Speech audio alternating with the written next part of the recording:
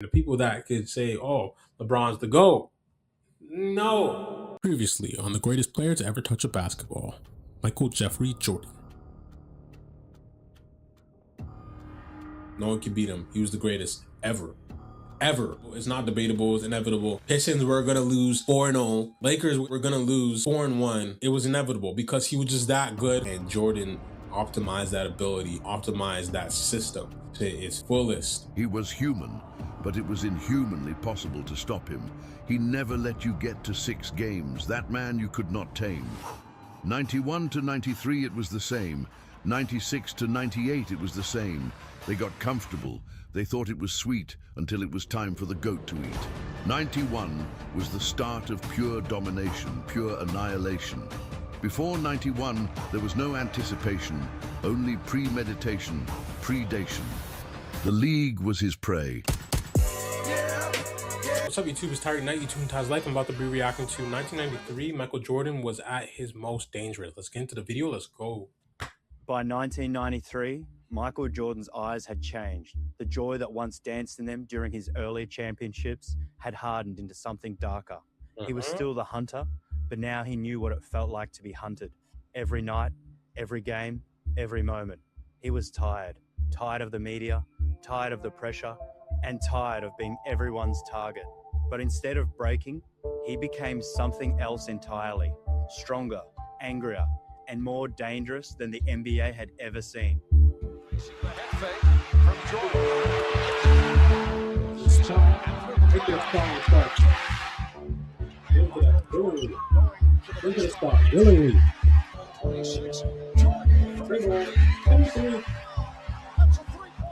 This is the story of Jordan's most lethal season, when exhaustion, controversy, and tragedy transformed him into basketball's ultimate killer. If there's one disadvantage to winning back-to-back championships in any sport, it's the toll it takes over time. After logging 99 intense games in 1991 and another 104 in 1992, Michael Jordan and Scottie Pippen didn't get much of a break. Instead, they jetted off to Barcelona to suit up for the iconic Dream Team, arguably the greatest Olympic basketball squad ever assembled. But while the world celebrated in Barcelona, something was shifting inside Jordan. The grind was becoming exactly that, a grind. The Bulls had logged 203 games in 2 years, as Pat Riley, who knew something about dynasties from his Laker days, warned. It's the championship that kills the champion. The hunger fades, personal agendas emerge, and somewhere between gold medal celebrations and photo ops in Spain, that hunger began to dim in Chicago. By the time the 92-93 season tipped off, Jordan was eyeing something historic, a third straight title. Only 2 teams had ever pulled it off, the Minneapolis Lakers of the 1950s and the Boston Celtics of the 1960s. No team had three-peated in the modern NBA. Legacy was at stake, but when the Bulls regrouped that fall, it was obvious. The wear and tear was setting in. Watch Jordan in 1993 closely. There were less of the acrobatic drives of 1991, replaced by more methodical post-ups. He'd added 15 pounds of muscle, not to fly higher, but to punish smaller guards down low. This wasn't evolution by choice, it was survival. The 93 Bulls were still very good, but they weren't the same dominant force. By season's end, they had dropped to second in the East behind the surging New York Knicks and third overall behind Charles Barkley's Phoenix Suns. Most pundits saw both teams as real threats to Chicago's crown. Sports Illustrated even predicted a Knicks-Suns finals. The Bulls were done, they said. What those critics missed were the Bulls' intangibles. That late-game grit, that unshakable confidence that had carried them through countless tight moments before. And Jordan, he was becoming something more terrifying than ever. Despite averaging 32.6 points, 6.7 rebounds, and 5.5 assists, plus finishing second in Defensive Player of the Year voting, Jordan's MVP streak came to an end. The award went to Charles Barkley, who had led Phoenix to a league-best 62-20 record. MJ would have something to say about that, but first, he'd had to navigate a minefield that went far beyond basketball.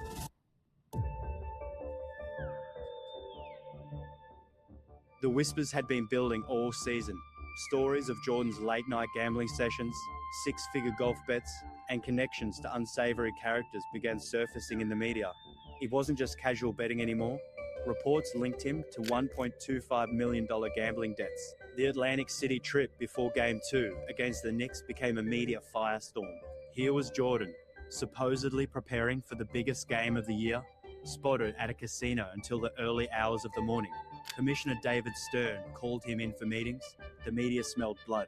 For the first time, Jordan's carefully crafted image, the smiling pitchman from the commercials, Be Like Mike, was cracking. I have a competition problem, Jordan would later admit, trying to reframe his gambling as just another expression of his competitive fire. But the scrutiny was relentless. Every bet became a headline. Every casino sighting became a scandal. The NBA was in the middle of a changing of the guard. Magic Johnson had retired in 1991 after revealing he was HIV positive. Larry Bird, plagued by chronic back pain, quietly walked away in 1992. Suddenly, the full weight of carrying the league fell on Michael. At that time, Michael wasn't enjoying himself anymore. Magic Johnson would later reflect. See what happened? Larry Bird and I left, and we left him. He's the one sitting there. Now it's just him. The joy that once fueled him was fading, buried under pressure and constant scrutiny, and that made him dangerous in ways the league had never seen. Everyone's glad the playoffs are here, Jordan told reporters, his jaw tight with something between exhaustion and determination. This is where the season is really made. Now is when the real fun begins. The regular season had been a grind, but when April arrived, and with it the familiar electricity of the postseason, something awakened in Jordan. That dormant fire didn't just flicker back to life, it exploded. The Bulls wasted no time silencing critics once the Eastern Conference playoffs began. In the first round, they made quick work of the Atlanta Hawks. Dominique Wilkins was still in peak human highlight reel form, averaging 29.9 points per game that season. Crazy. But he didn't have much help. Chicago swept the Hawks with ruthless efficiency in just 3 games. Jordan averaged 34.3 points, but it was how he scored that sent chills through the league. Methodical, calculated, no wasted motion.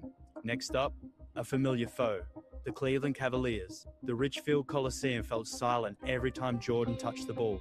Cue the painful memories for Cav fans, especially the shot over Craig Elo in '89.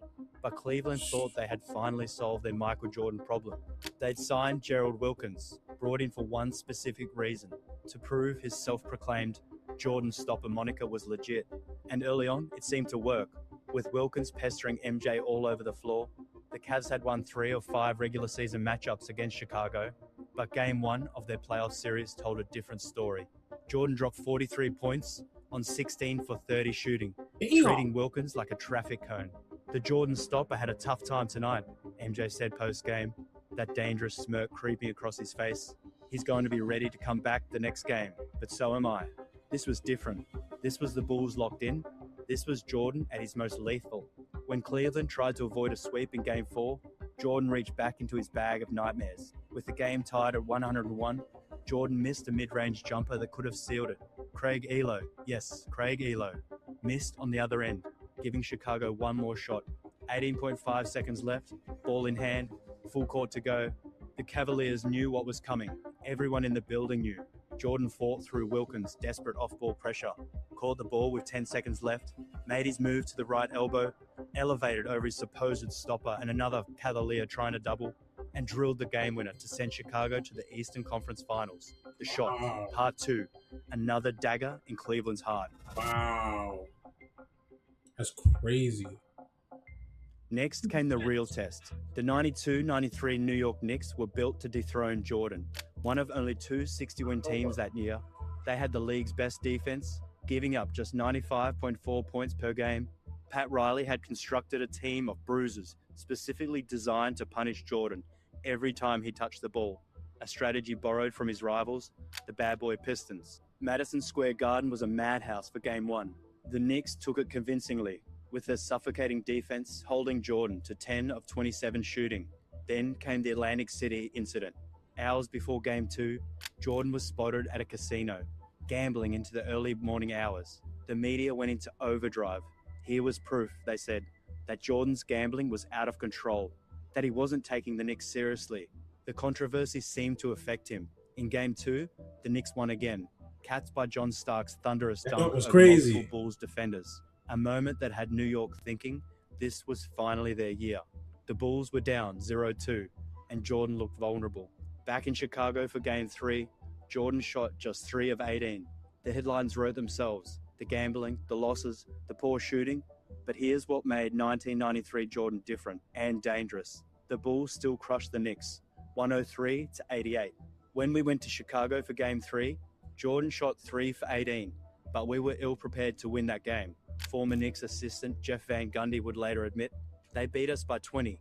That was our chance. If we'd been right and ready, we might have gone up 3-0. Jordan's response to his poor performance was vintage 1993. Ruthless, calculated annihilation.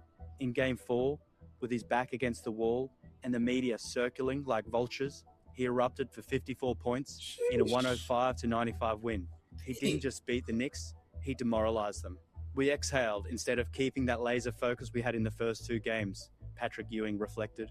In Game 4, he woke up, and even though we played a much better game, we just didn't have enough. The Bulls took the next 2 and sent the Knicks home. That New York Knicks team might have been one of the best ever built, but they had the misfortune of running into Michael Jordan at his most dangerous, when he had something to prove.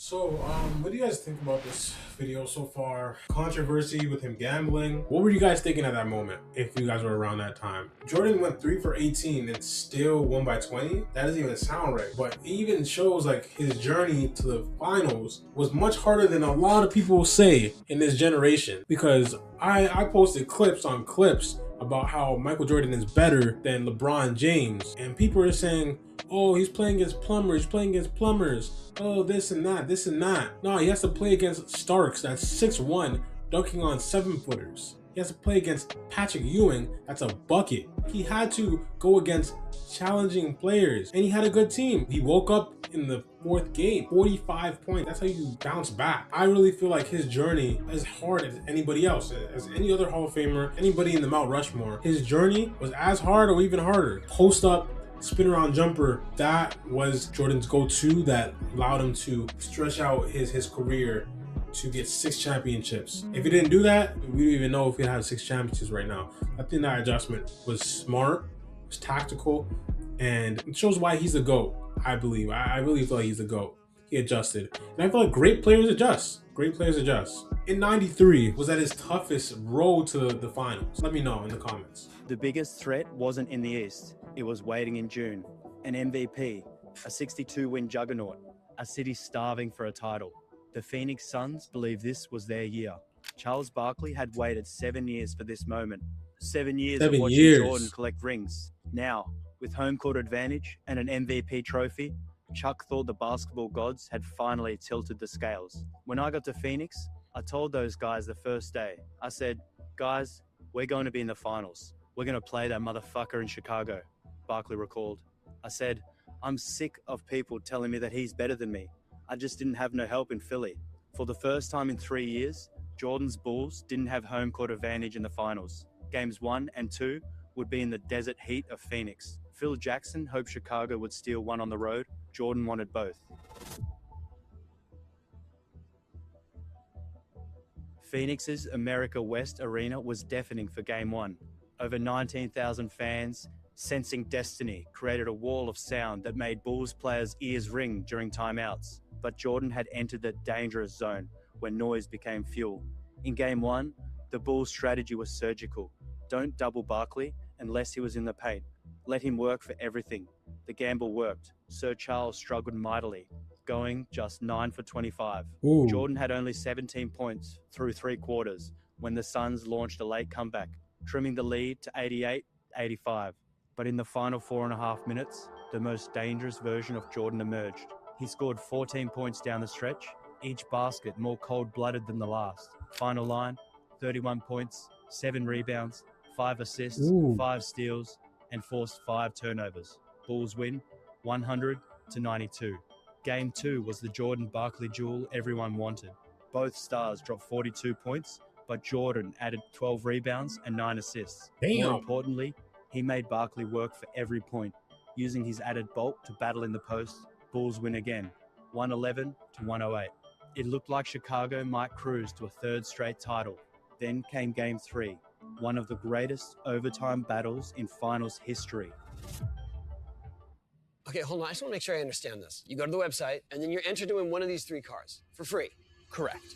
Who approved this campaign? You can win a Lamborghini, souped-up trucks, or $100,000 cash. Earn more. June 13, 1993.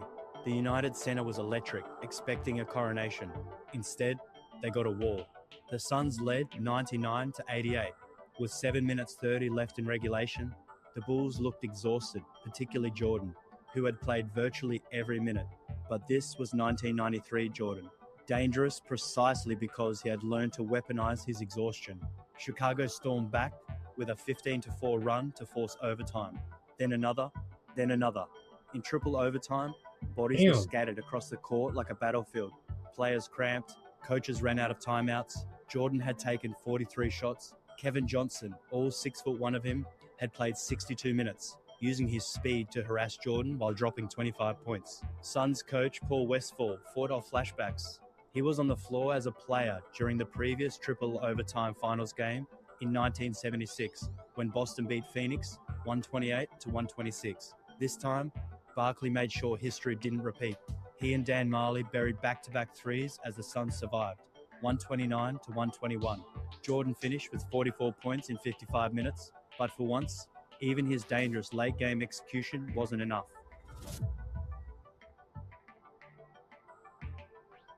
MJ bounced back in Game 4 with a masterpiece, 55 points on 21 of 37 shooting. It was the most points in a finals game since Elgin Baylor in 1962. The Bulls took a 3-1 series lead, but the Suns weren't done.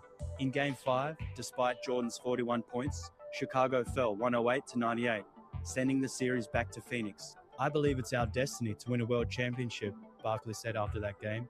"We didn't care we were down 3-1. God wants us to win a championship. I talked to him the other night." Game 6, Phoenix, June 20, 1993. The Suns led 98-94 with under a minute left. The home crowd could taste it. But championship teams, dangerous teams, find a way. Jordan grabbed a defensive rebound and went coast to coast for a layup, 98-96. On the next possession, Chicago's defense forced Dan Marley into a desperation heave as the shot clock expired. With 14.1 seconds left, the Bulls had the ball. What followed was poetry. Jordan passed out of a double team to Pippen, who drove and found Horace Grant. Grant, 0 for 5 in the game, and gun-shy, made the extra pass to John Paxson beyond the arc. Swish. Bulls lead 99-98. "Once Pax got the ball, I knew it was over," Jordan said. Phoenix had one last chance, but Grant blocked Kevin Johnson's drive, sealing Chicago's three-peat. Jordan averaged 41 points in the 1993 finals, a record that still stands. He won his third straight finals MVP, cementing his place among the all-time greats, but the celebration felt different this time. I think records like that matter most. Probably one of the most important moments of your whole entire career. You go and average 41 points a game, and that's a record? That's a record that still stands? He executed every time. The lowest he scored was 22 points, and there's guys that put them in the GOAT discussion that scored 8 points in the finals game, and he's putting up 41 points a game.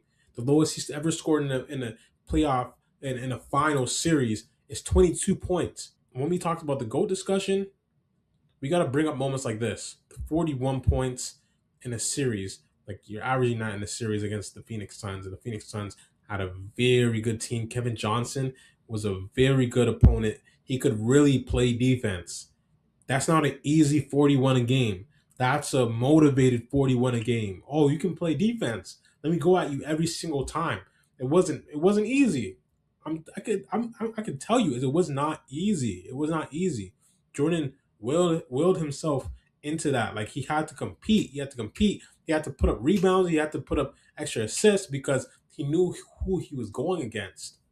And I feel like moments like this, you just have to cherish it and understand it. And the people that could say, "Oh, LeBron's the GOAT," No, no. You have to really look throughout the career and not just assume, because you have to look at the stats. The way you watch LeBron, you know, all his stats and all that stuff and what he's done, and you're amazed by him.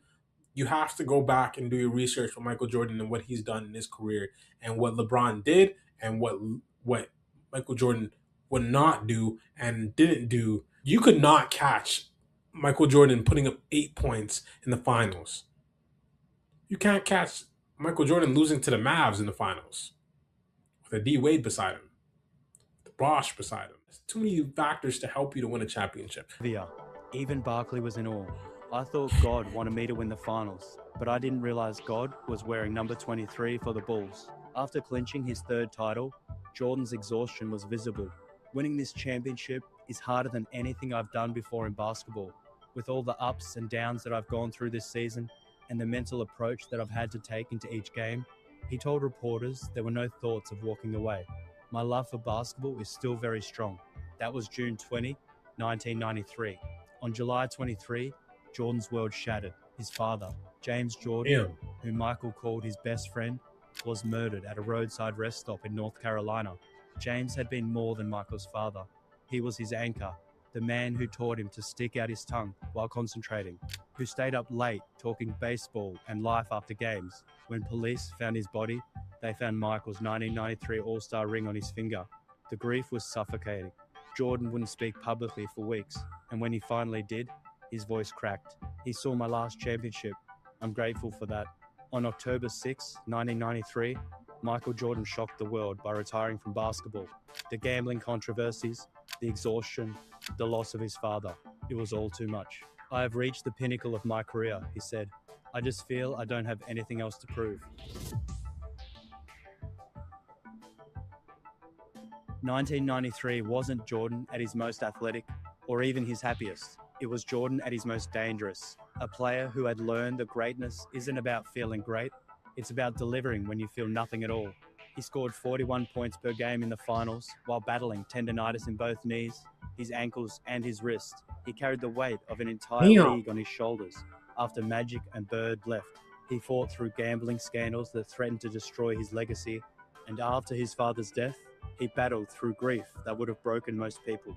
This was the Jordan who proved that when everything is falling apart, a true champion doesn't just survive, he dominates. 3 months after the greatest scoring performance in finals history, he walked away from basketball. But first, he made sure everyone knew who owned it. The 1993 Michael Jordan wasn't just dangerous because what he could do on the court, he was dangerous because he showed the world what it really costs to be the greatest, and that he was willing to pay it every single night. If you enjoyed this video and want to see more just like it, remember to like and subscribe because there's plenty more on the way. All right. So that could have been his hardest championship because all the stuff he had to go through mentally.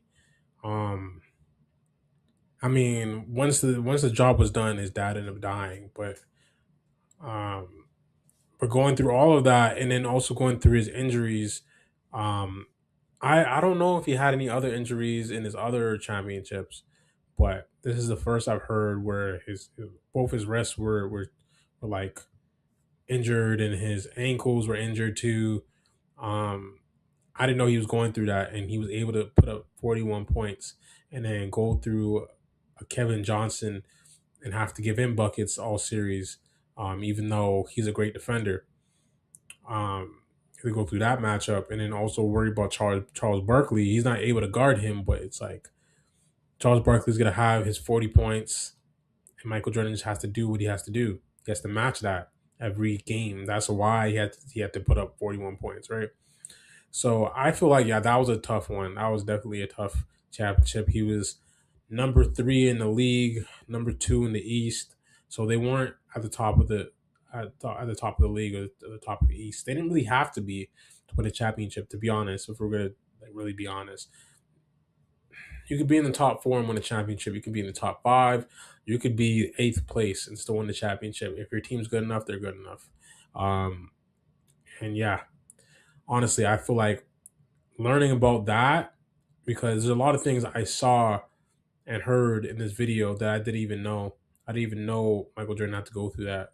As far as injuries, I knew about the gambling situation, but I didn't know how bad it was.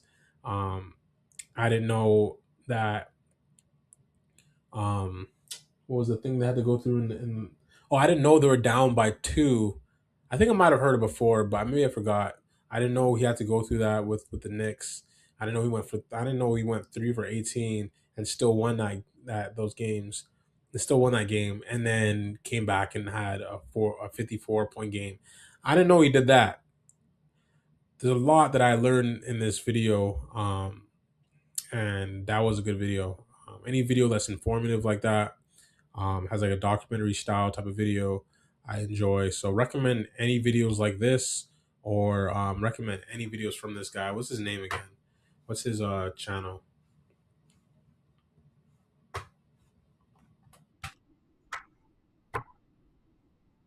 Channel's Hoop Central Throwback. Hoop Central Throwback. So subscribe to him, because that's some good videos. Check out his stuff and then recommend his stuff to me. I'll probably check his stuff too. But yeah, that was a great video. That was a great video to say the least, for sure.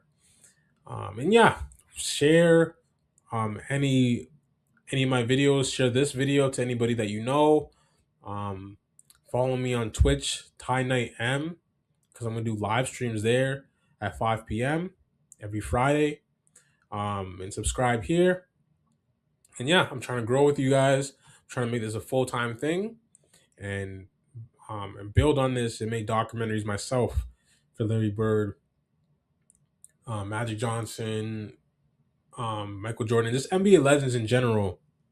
I'm trying to bring back the nostalgic vibe, and put these guys up there so people don't forget them, because they're starting to say things that is like, yo, are people forgetting or they're not doing the research? So right now, I'm really doing my research and finding out new things, because I would say I'm really well versed in this stuff, um, compared to anybody else in my generation.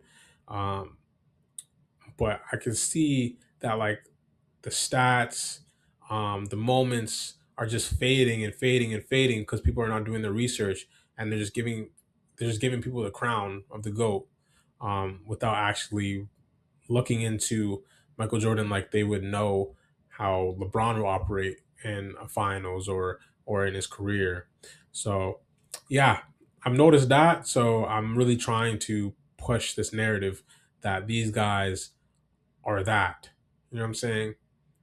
And that's not to like disregard LeBron James or anybody, because you guys might not even like this, but I put LeBron James at number 2, behind Jordan. I just can't say he's better than Jordan, because there's certain things that he didn't do in his career that Jordan did, and there's things that LeBron failed at that Jordan would never fail at, because that's not even his temperament. So that was a great video. Like, comment, subscribe. Yeah, follow my Twitch, Thai Night M.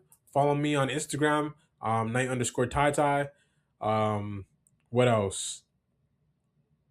Yeah, that's about it. That's about it. And also, yeah, just recommend videos. I'm gonna say a quick prayer. In the name of Jesus, I pray. Whoever's watching this video, bless them from the crown of their heads to the soles of their feet.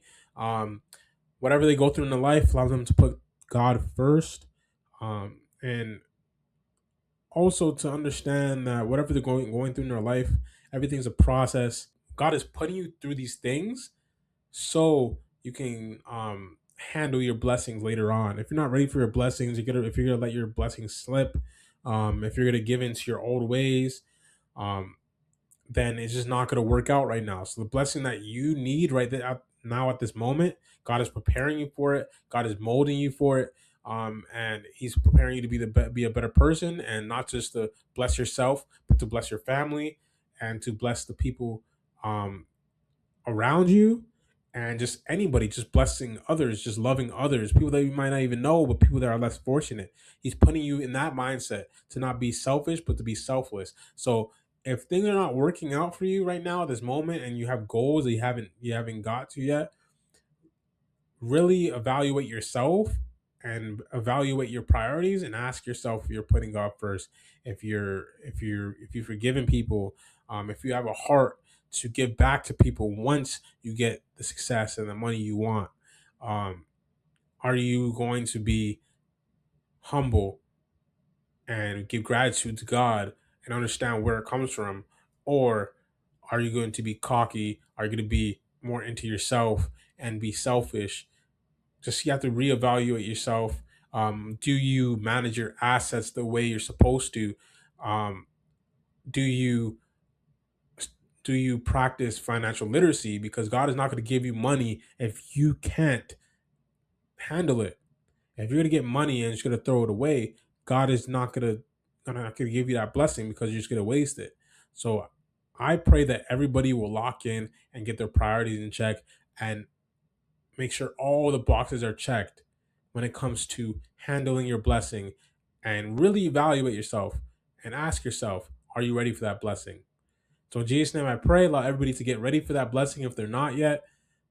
In Jesus' name I pray, amen. So stay blessed, stay lit, and I'm out.